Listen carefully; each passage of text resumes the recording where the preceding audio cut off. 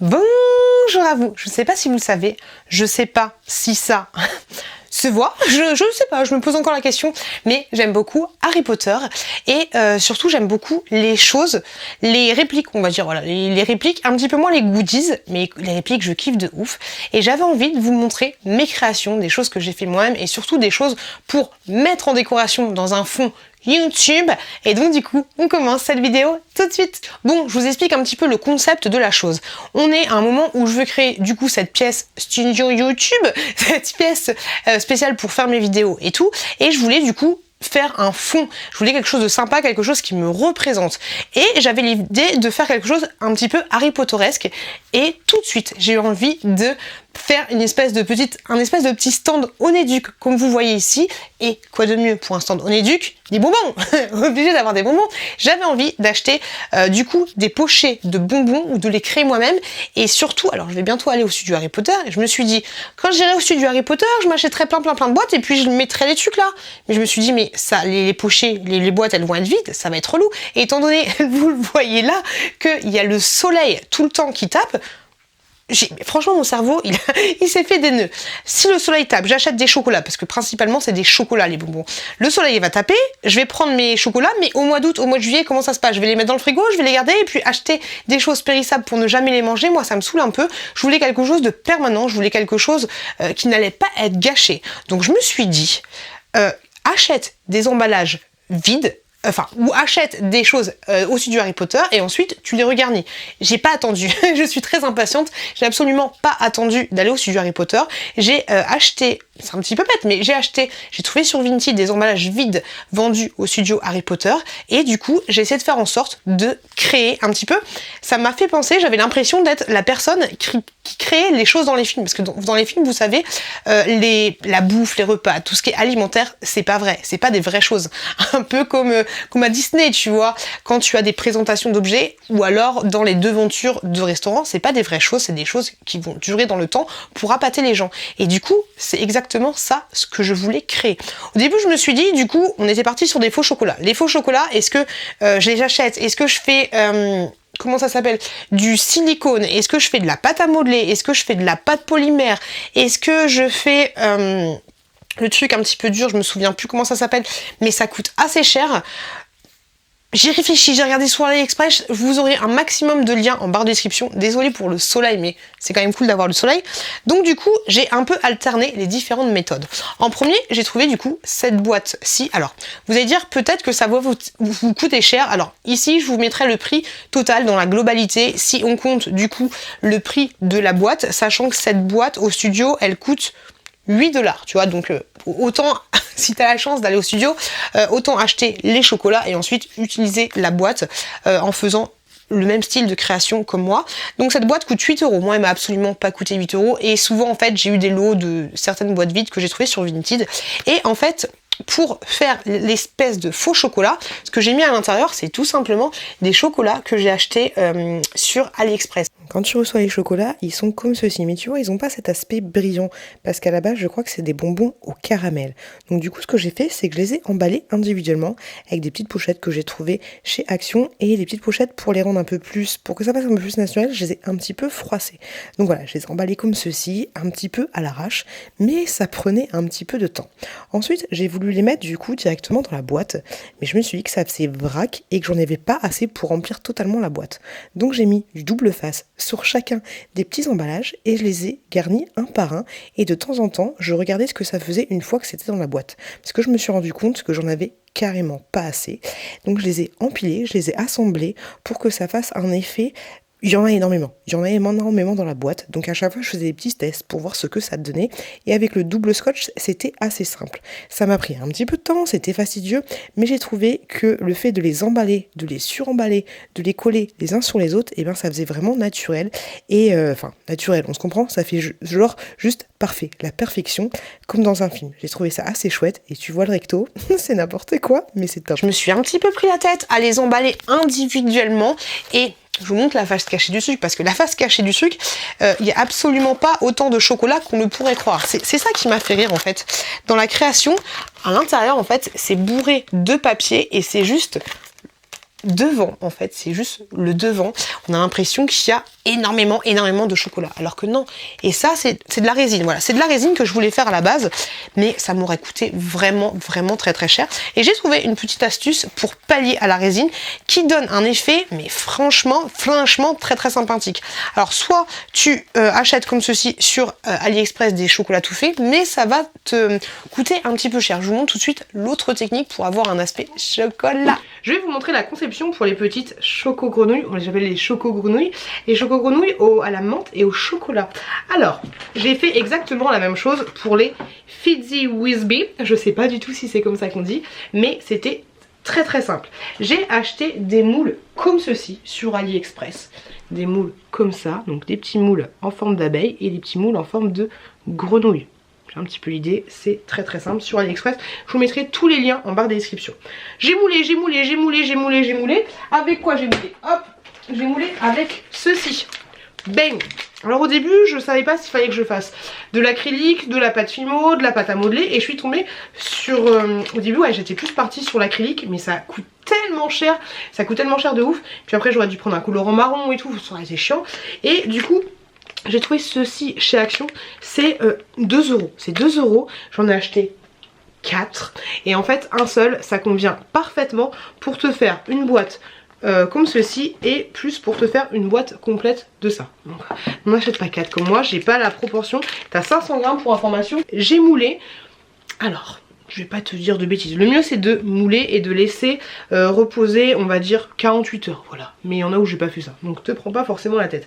Alors au niveau des choco-grenouilles, c'était pas facile de mouler parce que au niveau du moule il est un petit peu relou, mais tu peux avoir cet aspect là, mais si tu te prends pas trop la tête, tu peux avoir un aspect comme ceci. Toi t'as différents, en fait, t'as différentes sortes, hop, différentes sortes de grenouilles. Elles ne sont pas toutes parfaites, tu vois, mais je me suis dit que ce serait sympa qu'elles soient pas toutes parfaites et qu'elles aient pas toutes la même taille. Tu vois, il y en a, elles ressemblent vraiment à des grenouilles, j'ai envie de te dire, et d'autres ça fait plus voilà des espèces de pièces de grenouilles. Ok, tu vois un petit peu l'idée. Pour les abeilles c'est un petit peu moins chiant parce que le moule est plus profond et du coup t'as pile poil ton abeille, donc ça c'est nickel.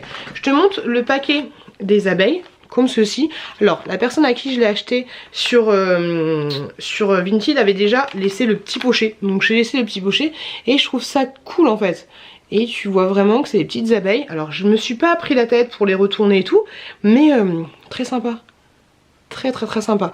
Il m'a fallu 70 abeilles pour remplir complètement le pochet, sachant que j'ai pas fait d'illusion au niveau d'ici. Tu vois, j'aurais pu mettre un petit papier, un machin pour rehausser, et une 60aine d'abeilles ça aurait suffi, mais tu vois, j'avais envie qu'il soit blindé de chez blindé sans me prendre la tête. Et tu vois, il est vraiment totalement blindé. Hop. Donc ça fait son petit truc. Pour la peinture, je t'ai pas dit pour la peinture. La peinture que j'ai utilisée, au début j'étais partie sur une couleur chez Action et tout, en espèce de marron, mais j'ai pas totalement réussi à le faire. C'est un marron un peu foncé qui tire un peu vers le noir. J'ai pas été dans les magasins pour savoir si je trouvais une couleur marron, et en fait je me suis dit, une fois avoir peint les premières grenouilles, la première slab de grenouille, je me suis dit mais en fait il me reste de la peinture de mes volets. Mes volets sont marrons. Et en fait, du coup, j'ai repris ma peinture de mes volets. Et c'est vrai que les choco-grenouilles sont parfaites, tu vois. Parfaites niveau chocolat.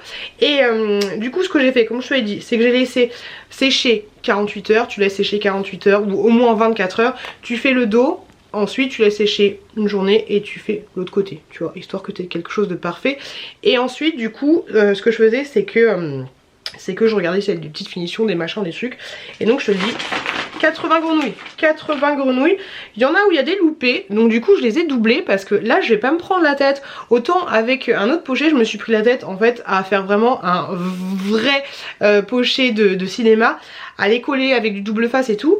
Mais là en fait je vais les mettre en vrac. Et du coup il y aura des côtés qui seront retournés. Et tu vois les côtés qui sont retournés ça fait pas très joli. Et pour éviter ça, surtout sur les grenouilles qui sont un peu comme des pièces, tu vois, comme ça, toi le côté retourné c'est pas terrible, c'est que je les ai doublées, tu vois, les plus moches on va dire, je les ai doublées comme ceci, donc même si elles se positionnent mal, tu auras toujours un côté grenouille, tu vois un petit peu l'idée. Donc du coup on va remplir ensemble le sachet. La personne à qui je l'ai acheté a géré de ouf parce qu'elle a gardé le sachet comme ceci, mais après tu peux toujours tricher en faisant un sachet. Donc ce que je vais faire, Tu vois, en fait, tu peux totalement tricher. Franchement, tu peux te faire 20 grenouilles et te faire juste un faux fond en gérant avec du papier et en mettant juste les grenouilles. Tu vois, genre tu mets du papier ici, tu mets du papier un tout petit peu là, un tout petit peu là. Et là, du coup, t'arrêtes de remplir, mais tu mets du papier pour que ça reste un peu en contenance, tu vois, pour blinder le truc. Et du coup, t'auras juste des petites grenouilles ici, tu vois. Donc, avec une vingtaine de grenouilles, ça peut le faire en jouant un peu... en faussant un petit peu les choses, mais moi je me suis dit je vais tout remplir, tu vois, je vais tout remplir. Donc du coup ce que je fais pour remplir, c'est tout con, j'essaye de faire attention pour garder le sachet du mec, et du coup je mets les plus moches au fond, on les verra pas forcément, et ensuite les plus jolis pour qu'on les voit un petit peu. Du coup je remplis, c'est tout simple. Ça y est, j'ai rempli, tu vois, hop, qu'on les voit pas parfaitement, tu vois. Alors c'est vraiment, je me suis vraiment pris la tête pour pas grand chose, mais je trouve ça super sympa. On peut deviner les petites grenouilles derrière. Alors s'il y en a une, tu vois, genre là par exemple, s'il y en a une, c'est le dos. Hop, tu viens tout simplement la retourner. Hop, et voilà, nickel. Je suis trop contente. Là je remets bien le papier comme il faut, en mode le dessus n'a jamais été ouvert. Et puis je vais mettre ça dans ma décoration. Petite aparté, parce qu'en tout temps je suis allée à Londres au studio Harry Potter, et donc du coup forcément j'ai acheté les vraies boîtes. Donc je te montre la différence entre les fakes et les vrais. Ici tu as la vraie boîte que j'ai achetée à Londres. C'est pas évident de te montrer les grenouilles parce que le trou est tout petit. On les devine un petit peu, les chocolats, tu les devines un peu. Et ça du coup c'est la boîte que j'ai créée. Hop. On les devine également. Par contre, là où je suis très contente d'avoir acheté cette boîte-là, c'est qu'ils ont refait le packaging et maintenant sur la nouvelle boîte, il y a marqué Harry Potter. Et je trouve ça carrément moins cool d'avoir marqué Harry Potter. Parce que tu vois, quand Harry Potter va acheter chez ces petites grenouilles là au chocolat, il n'y a pas marqué son nom et son prénom sur la boîte. Ici, du coup, la vraie boîte avec des vrais chocolats à l'intérieur. On voit bien les petites abeilles. Un peu là. Et là, ma boîte à moi. Bon, moi j'étais un peu plus gourmande parce qu'il y en a énormément. Il y en a beaucoup plus. Et on les devine également très très bien. Donc voilà. Le vrai par rapport au dupe. Qu'est-ce que vous en pensez?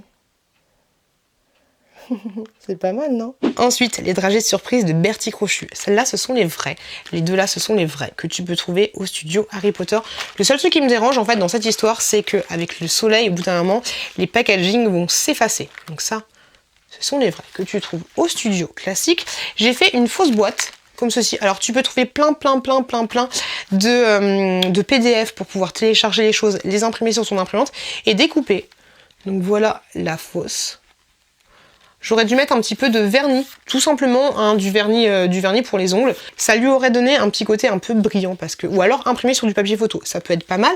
Et ça, du coup, c'est ma vraie boîte de Bertie Crochu, mais à l'intérieur, ce sont des fausses dragées. Alors les dragées, c'est pas moi qui les ai faites, hein. Tu vois que j'en ai pas acheté assez, tu vois que là, ça va pas, tu vois, ça déconne un petit peu. Là, c'est parfait, on dirait qu'elle est blindée. Là aussi, c'est plutôt pas mal. Alors celle-là, j'ai essayé d'acheter du coup sur AliExpress. J'aurais pu en fait acheter les faire moi-même tout simplement en pâte Fimo, ou alors j'aurais pu acheter celle-là et les peindre pour qu'elles soient un peu plus fades et un petit peu plus de la couleur de Bertie Crochu, mais je trouve que ça fait un ensemble plutôt pas mal. J'ai un peu galéré pour les assembler parce que en fait j'ai galéré de ouf.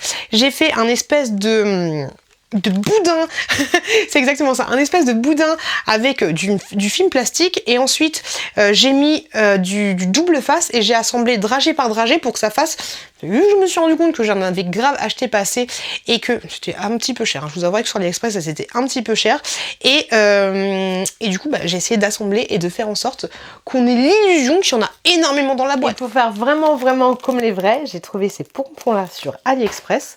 Et donc du coup, j'ai rajouté un pompon. Et c'est bon, on a la boîte parfaite de Bertie Crochu. C'est trop cool! Attention, celle-là, c'est ma pépite. C'est ma choco grenouille que j'ai fait moi-même.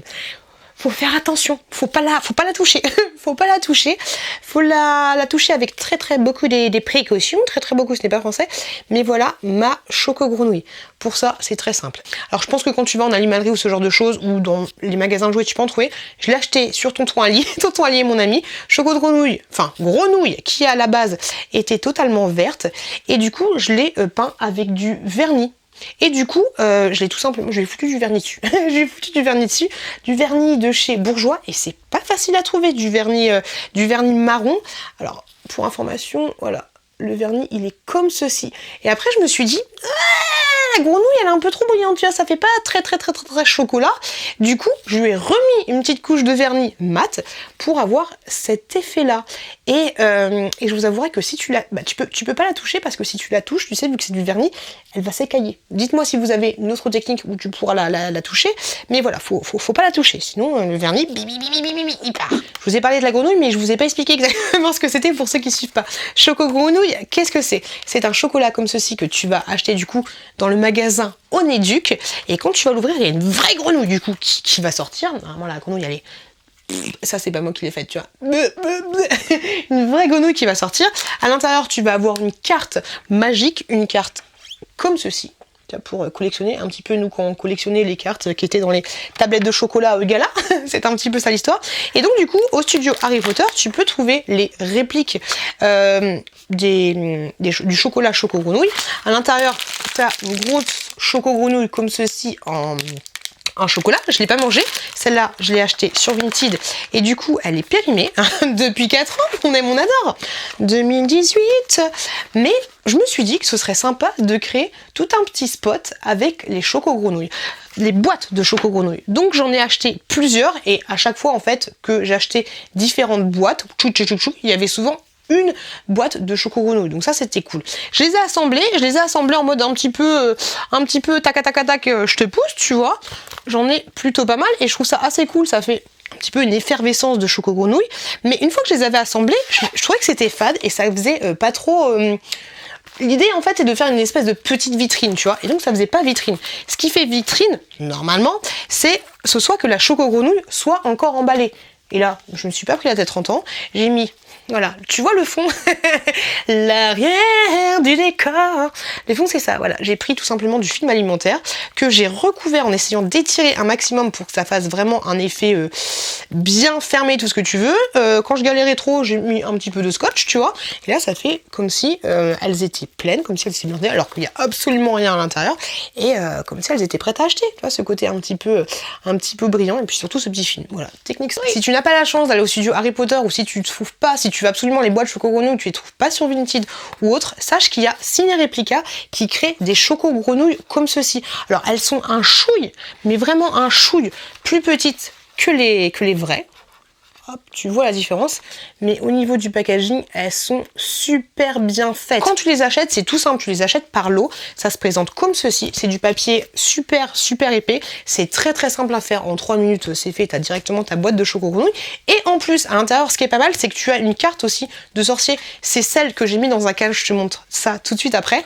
Elles sont également, vu que la boîte est plus petite, elles sont un petit peu plus petites que du coup, que les vraies. Un chouille, voilà. Un chouille plus petite que les officielles. Par contre, petite info, si tu cherches les vraies cartes, par exemple sur Vinted, regarde bien derrière, parce que tu vois, ici il y a marqué Ciné Replica pour celles qui sont de Ciné Replica, et pour les vraies cartes de Choco Grenouille, t'as rien marqué. Donc voilà, fais attention, c'est comme ça que je me suis fait avoir, parce que j'ai acheté plein de cartes, je pensais que c'était les vraies, mais en fait c'est des Ciné Replica. Elles sont très sympa aussi, tu vois, mais c'est pas les vrais Choco Grenouille. On reste sur la Choco Grenouille. Comme je te l'ai dit, quand tu achètes du coup la Choco Grenouille, tu as des cartes de sorcier à l'intérieur. Et j'en avais acheté plutôt pas mal.